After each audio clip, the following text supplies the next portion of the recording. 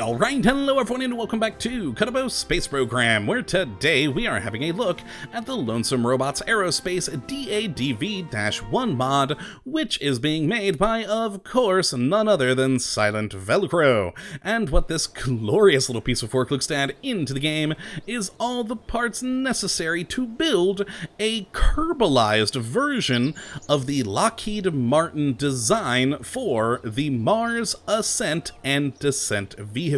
This one, of course, being the DADV, the Duna Ascent and Descent vehicle, and I gotta say, I am a big fan of Lonesome Robot Aerospace parts and everything that Silent Velcro has made for this game.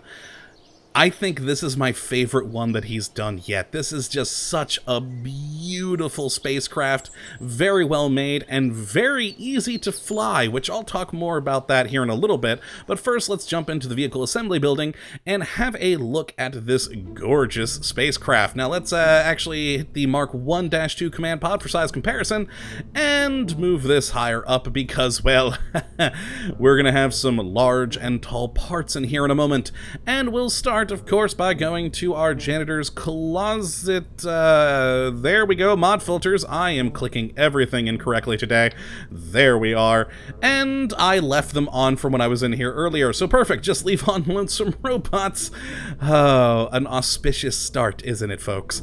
And we'll grab the DADV cockpit, which is a pretty awesome cockpit here, and surprisingly smaller than the Mark 1-2. When I first came into this mod, I was very surprised by that, considering this thing holds 4 Kerbals, a minimum of 1, but max of 4. It also does, of course, have a built-in data transmitter. It does have its own generator, which will use monopropellant. It is a lifting surface. It has its own built-in RCS. It has, of course, the typical crew report, a battery of 300 electric charge, and 150 monopropellant. And given all that, I was very surprised at the size of this thing. But trust me, oh boy, it's gonna get real big, real quick, as this is frankly one of the smallest parts of this mod, and I love that. So next we're actually going to move down into the fuel tanks, where we have the first of the two, the DADV liquid fuel tank, which again is a lifting surface, has its own reaction wheel built in, has 3060 liquid fuel and 300 monopropellant, and we'll pop that thing on there, and as you can tell, we're getting bigger, and a lot longer too, and that is fun. Now the next we have is the Oxidizer Tank, again a lifting surface. Now this is meant to actually be the back end of the spacecraft, and so it has the other side of the RCS ports that the cockpit had, so you have those RCS ports there, and then it has also 650 monopropellant and 3740 oxidizer. And like I said, this is the back end of the ship, and it is beautiful, and as you can see, we're really starting to get a lot bigger than that cockpit there. Now, as for attachment points, we actually have quite a few down here. One in the center, which is meant for the decoupler to help this thing get into space. More on that in a little bit. Then we have 6 around that for the engines, and then 4 on the outside for the lander legs, which we'll get to briefly. Now, as for the engines, the DADV liquid fuel engine is not actually very powerful, only with 90 kilonewtons of thrust, and engine ISP of 450. It does, though, have a nice alternator and a gimbling of 5 degrees, and as I said, it does go all around here, so you'd have 6 of those engines. And now, like I said, not a very powerful engine in the slightest with, oh god, what did I say for the thrust? 90 kilonewtons? But that's because this thing really isn't meant to exit or enter the atmosphere of Kerbin. This thing is meant, as the name might suggest, for Duna. We'll talk a little bit more about that in a moment.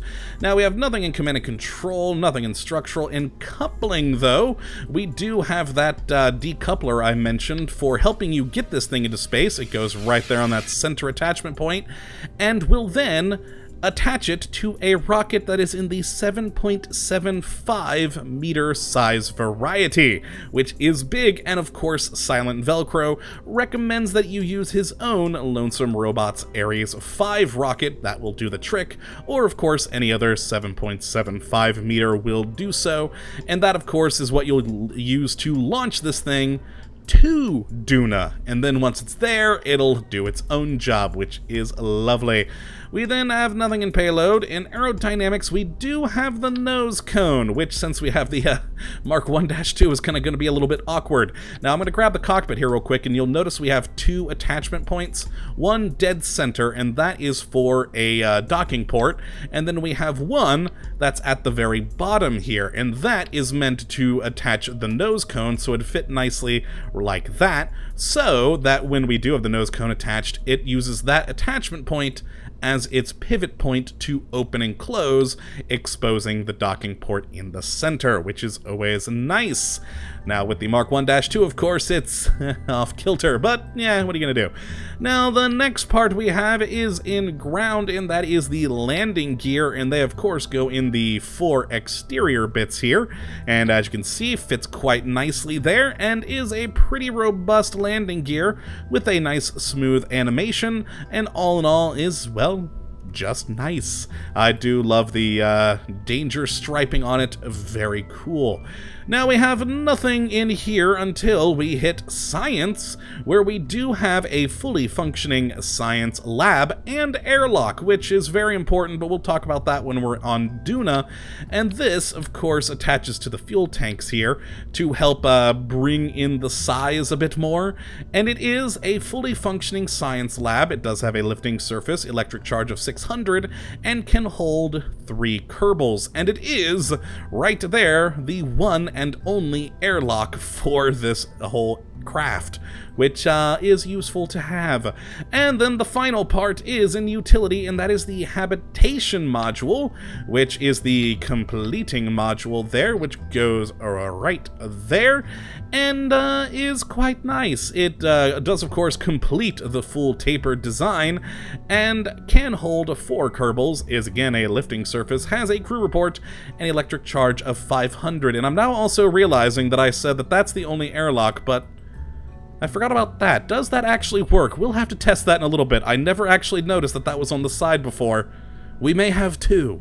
We may have 2. But this is really the one you want to use right here.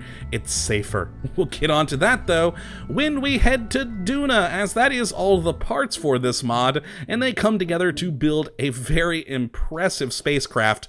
And the whole point of this craft, at least by Lockheed Martin's design, is that Lockheed, or whoever would pay for it, would put a space station in orbit around Mars, in our case, of course, Duna, and then the Ascent descent vehicle would use that space station as its base of operations to basically function as a ferry going back and forth between the space station and your base on the surface of Mars. Again, in our case, Duna.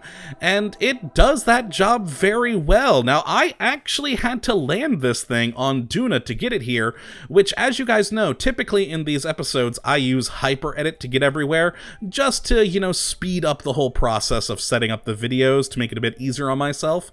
But for some reason, the lander was not working today. It either would put me way up into, you know, the air like tens of thousands of meters, or it would put me in the ground and I would explode. So I actually had to start at a 150,000 meter orbit, and I deorbited this thing and landed on the planet, which you guys know me, I'm not a very good pilot, but this thing is so easy to fly, and with its 6, though not exactly the most powerful engines, but 6 engines geared towards specifically landing on this planet, I only used about 1/3 of my fuel tank, and with 2/3 left of the fuel, you could easily get this thing back into orbit, and that is a wonderful thing. And I mean, come on, if you didn't already like this thing from its gorgeous design, you gotta love it for that. It is very, very good at getting back and forth between the surface. Now, granted, you will have to refuel once you get back into orbit, as this thing really only is made to go to the surface and then back up, but you know, with that space station up there, you should be okay. Now let's actually turn the UI back on and take a look at the interiors, as we have fully customized interiors. Let's hit to Jebediah here, and there we are, a lovely cockpit view, which as you can see has a lot of detail. You do gotta love this thing. It is pretty sweet. And of course we have the 4 Kerbals in total that can go into here.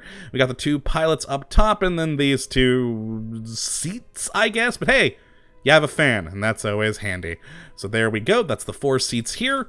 We then have the Habitation Module with an additional 4 seats and some little, you know, command screens. You do gotta love having the, you know, various screens here. And we have that position. Then we have the back 2 people, which have all the supplies and various things, which is always good. And there is number 4. And then finally, we move in to the science lab, where we have 3 people total. This one at the computers, this one just kind of sitting by this experiment, and this final one sitting over by this experiment. And that is beautiful. So that is all the different seated positions, and of course right there being the airlock. Very cool. Now I was going to check this. Does that? No, that does not actually open. So what I said earlier does still stand. This is the only airlock and crew hatch. And which you might think is a bit strange because, well, it's really, really high. But thankfully, you don't have to worry about your Kerbals. If we get Triton here out, he can leave the airlock. And then see this center line here that goes all the way down this side of the ship and only on that side of the ship?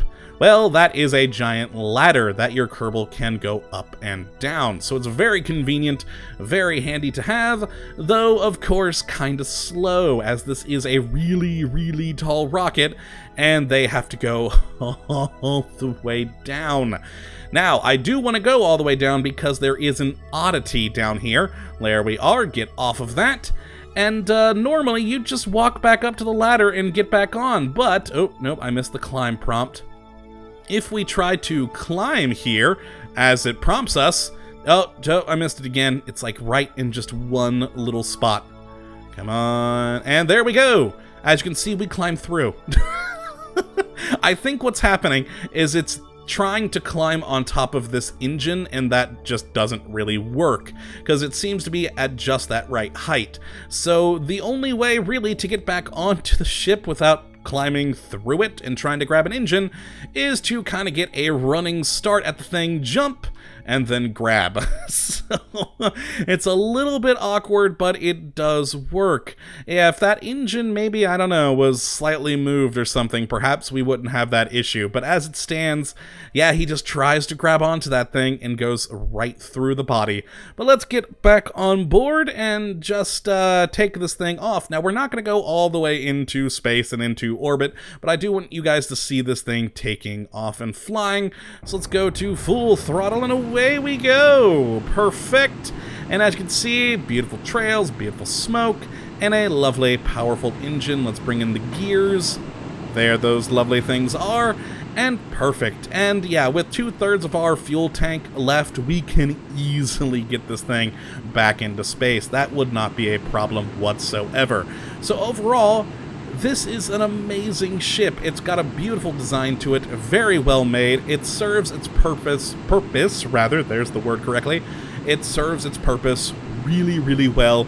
And overall, it's just awesome looking. Silent Velcro really did a great job on this mod. And as I said at the beginning, I actually think this is my favorite work of his yet. It's just that good.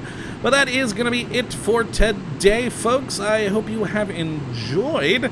And, of course, you do come back for the next episode. But, of course, almost forgot, if you would like to download this mod and try it out for yourself, you can go and take a look at the link in the description as per usual. But that is going to be it for today. Thank you for watching, everyone. And, as always, have a good one.